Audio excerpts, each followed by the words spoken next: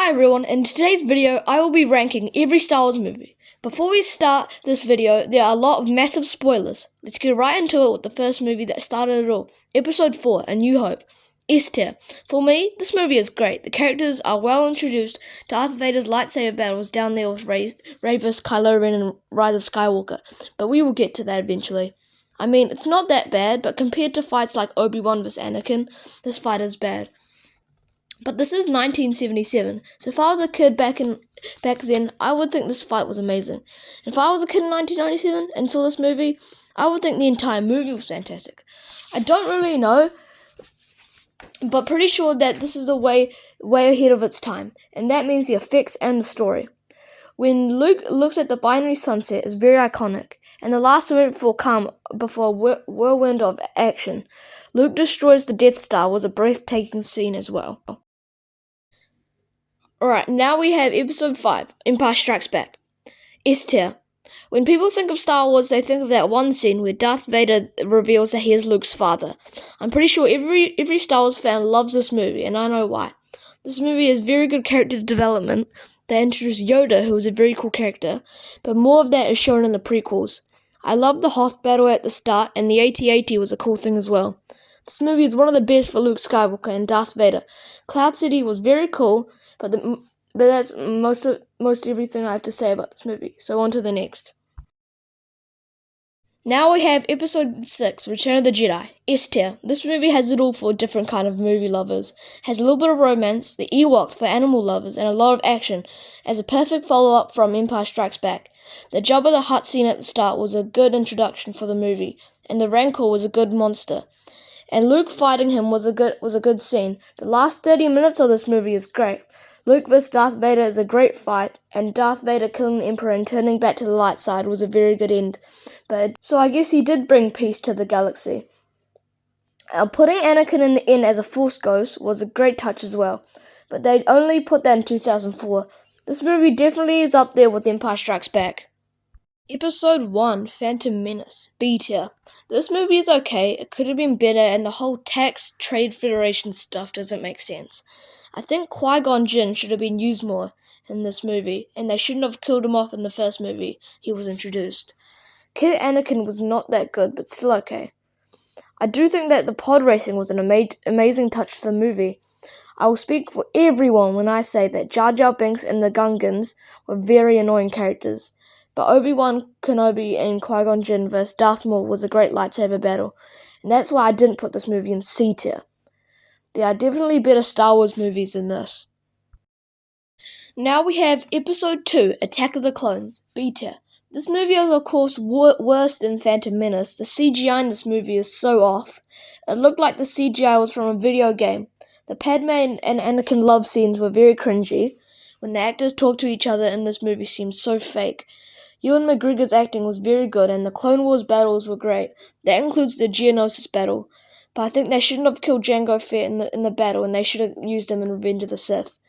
Overall, not very good movie, and the worst prequels movie. The best of the prequels, Episode 3, Revenge of the Sith, S tier.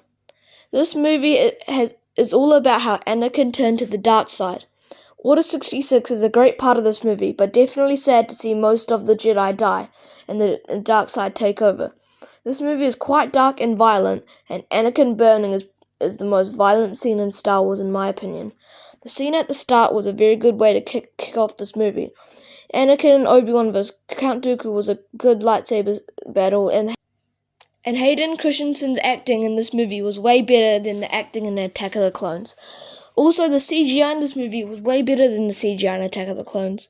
Yoda vs. Palpatine and Anakin vs. Obi-Wan was the peak of lightsaber battles, and both very iconic battles. I do think that Anakin vs. Obi-Wan went a little bit too long, but it was still very cool. I still don't understand why Anakin choked Padme, even though that was basically the whole reason Anakin turned to the dark side. This movie has very iconic lines such as, "Hello there," or "It's over Anakin, I have the high ground," etc. Lastly, I think General Grievous was a great bad guy character. He was very cowardly, and he wasn't very good with a lightsaber, which was why he needed 4 of them when he fought Obi-Wan, but he still lost. Overall, there's so much to talk about when it comes to Revenge of the Sith, and Star Wars couldn't get any better than this. These next three movies are the worst Star Wars movie ever made. Episode 7, The Force Awakens, B tier. This movie has introduced so many different characters such as Finn, Rey, Kylo Ren, etc. The three I just said were very good, especially Kylo Ren, who was a very intimidating character at the start, but not so much when he gets beaten in a lightsaber battle by Rey, who was, by the way, never used a lightsaber before. Rey somehow learns piloting, how to use a lightsaber, and how to use the Force in like 20 minutes, when people like Luke Skywalker and Obi-Wan Kenobi took them like 10 years or more. I think every main character is a copy from the main characters of the original movies. BB-8 is R2-D2, Poe Dameron is Han Solo, Rey is Leia, Finn is sort of Luke, Kylo Ren is Darth Vader, Snoke is the Emperor, and finally the Starkiller base is obviously a copy of the Death Star. This movie is okay, the best out of the sequels, but worse than Attack of the Clones. That goes to show how bad all these sequel movies are. Episode 8, The Last Jedi, D tier. I'll speak for everyone when I say that Last Jedi is the worst Star Wars movie, and for a couple of reasons. This movie is way too long. Director Rian Johnson changed the ways of Star Wars in so many different scenes, such as Leia flying in space, which makes zero sense.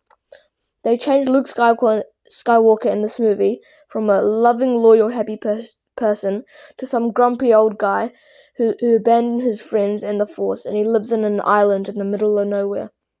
Rian Johnson changed Luke so much in the movie. I mean, in some interviews, Mark Hamill even agrees with the fact.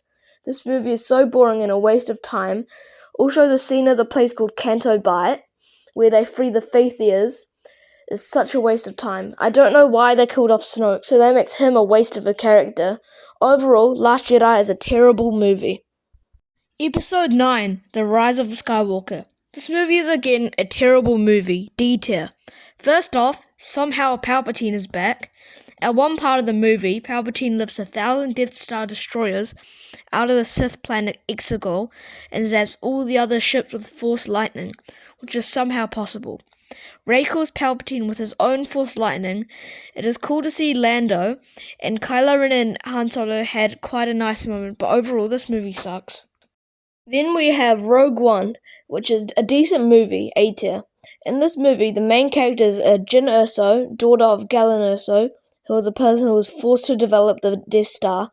And in my opinion, K2SO and the Imwe are my favourite characters. This next part is a big spoiler, but I did warn you at the start. It's sad to see all the main characters die. I do think that one scene where Darth Vader killing all the people in his path is the most diabolical scene of all time. I also think that Darth Vader is the most cool bad guy of all time. This isn't really part of the movie, but I forgot to say that R2-D2 is also a very cool character in the entire Star Wars movies, along with C-3PO, who is also a funny character. Did you know that R2-D2 and C-3PO have both been in nearly all Star Wars movies, except for Solo, a Star Wars story? Anyway, I don't have anything else to say about Rogue One, so on to Solo, B tier. I'm probably going to get a lot of hate on this opinion, but this movie is equal with Attack of the Clones. Actually, maybe a little better. Lando is a good character in this movie. He seemed like how he was from Empire Strikes Back. Alden, I can't really say his last name, as Han Solo, is a good character in this movie. This movie has a decent story, but not that much else to say. If you want to see me rank every Pixar movie, then click here. And I hope you enjoyed this video, and I appreciate that you watched till the end. And expect to see more ranking videos soon.